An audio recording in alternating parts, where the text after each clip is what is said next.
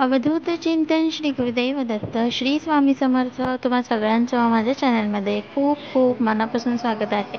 तर thumbnailवरूनच तुम्हाला कळलं असेल की मी तुमच्यासोबत शेअर करणार आहे कालचा म्हणजेच 22 जानेवारी 2024 राम मंदिर जीर्णोत्सवाचा जो व्हिडिओ आहे तो. त्या दिवशी मी काय काय केलं, आईने कोणत्या सेवा केल्या आणि आम्ही कसं सेलिब्रेट केलं हे सगळंच मी तुम्हाला या व्हिडिओमध्ये सांगणार आहे. सो व्हिडिओ स्किप न करता शेवटपर्यंत नक्की बघा आणि तुम्ही कसं सेलिब्रेट केलं हे देखील मला कमेंटमध्ये नक्की सांगा.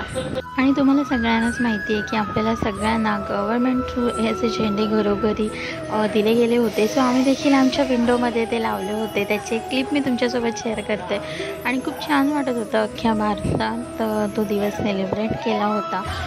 500 वर्षांचा प्रभू श्रीरामाचा वनवास संपला वगैरे असे कॅप्शन्स येत होते, अशी सगळीजणं म्हणत होती. अर्थात ह्या ज्या काही त्याच्या मागच्या स्टोऱ्या वगैरे आहेत ते मी काही तुम्हाला सांगणार इतकी मोठी नाही आहे. मी खरं तर ह्या सगळ्या स्टोऱ्या जेव्हा करून गेल्या त्यावेळेस माझा जन्मही नव्हता झाला. आता तर मी खूप लहान वगैरेही होते तेव्हा. सो मला त्याबद्दल इतकं अर्थच माहिती नाही आहे. पण जे काही आईवडिलांकडून ऐकलं आहे, न्यूजमध्ये बघितलं आहे, त्यावरून अर्थात हे सेलिब्रेशन करायला सगळीच खूप उत्साही होते. त्याप्रमाणे मी, माझ्या घरचे, माझे फ्रेंड्स देखील सगळे उत्साही होते आणि आम्ही कसं सेलिब्रेट केलं हे मी तुम्हाला सांगणार आहे. तर बघू शकता छान दारात रांगोळी वगैरे काढली, सकाळी लवकर उठून देवपूजा वगैरे केली. मोस्ट ऑफ दी 99% गव्हर्मेंट सर्वंटला सुट्टी होती, पण प्रायव्हेट सेक्टरला अजिबात सुट्ट्या नव्हत्या. सगळ्यांनाच ऑफिसला जायचं होतं. सो तसं जाऊन येऊन वगैरे सगळ्यांनी सेलिब्रेट केलं आहे. बऱ्यापैकी सगळ्यांना हाफ डे देखील सोडलं होतं. सो आम्ही देखील हाफ डे वगैरे घरी येऊन तसंच सेलिब्रेट केलेलं आहे. मी तुम्हाला पुढे दाखवणार आहे. आणि त्याचसोबत गण्याचाही बड्डे होता त्या दिवशी. सो माझ्या शेजारी राहतो लहान मुलगा. सो ते देखील मी तुम्हाला ह्याच व्हिडिओमध्ये पुढे कंटिन्यू दाखवणार आहे. सो व्हिडिओ शेवटपर्यंत नक्की बघा. आणि इथे तुम्ही बघताय की आपल्याला ज्या अक्षता आल्या होत्या राम मंदिरातून घरोघरी दिल्या गेल्या होत्या, त्याची पूजा देखील आईने केलेली आहे. आणि ही पूजा करताना मी अर्थात घरी नव्हते. माझ्या बिल्डिंगमध्ये लहान मुलगा राहतो, तो हार्डली 3रीत किंवा 4थीला आहे. त्याचं विघ्नेश नाव आहे, त्याला आम्ही नाम्या म्हणतो. तर त्याला सांगितलं होतं आई पूजा करताना तू शूट करायला ये. सो असं नाम्याने शूट केलेलं आहे. आईने पूजा केल्यानंतर आईने स्वस्तिक काढून पूजेला सुरुवात केलेली आहे. तुम्ही इथे पुढे बघालच.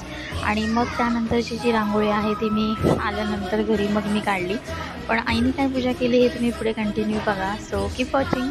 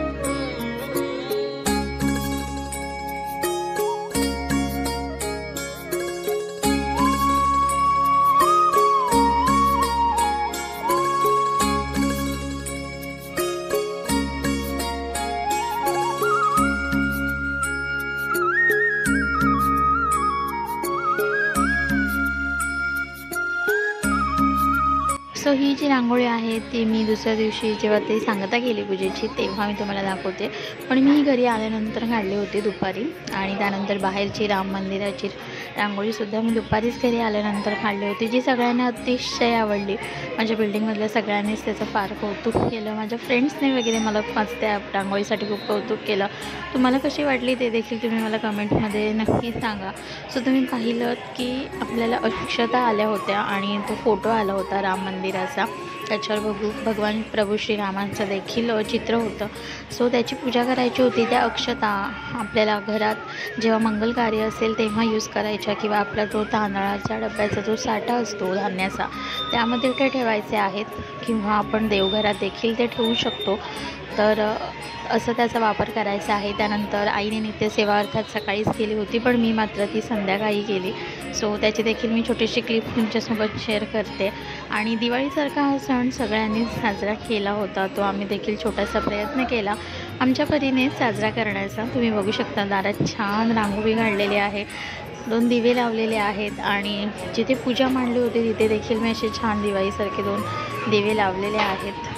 मी ज्या परिसरात राहते ना तिथे 2 दिवस आधीपासून हा उत्सव सेलिब्रेट करत होते सगळेजण. त्याच्या काही क्लिप्स तुम्ही सुरुवातीला पाहिल्या देखील असतील. तर त्यामुळे ना मार्केट लवकरच बंद होत होतं, रॅदर ते ऑफिसमधून वगैरे येताना ना ओपन नसायचं त्यावेळेस, किंवा मोस्ट ऑफ दी सगळं फुलं वगैरे संपलेली असायची, त्यामुळे फुलं अशी त्या दिवशी मिळाली नाहीत. पण जे काही होती घरात सामग्री अवेलेबल पूजेची, त्याने यथाशक्ती मनोभावे पूजा केलेली आहे. तुम्ही तुमच्या घरी कशी केली मला नक्की सांगा. So keep watching guys.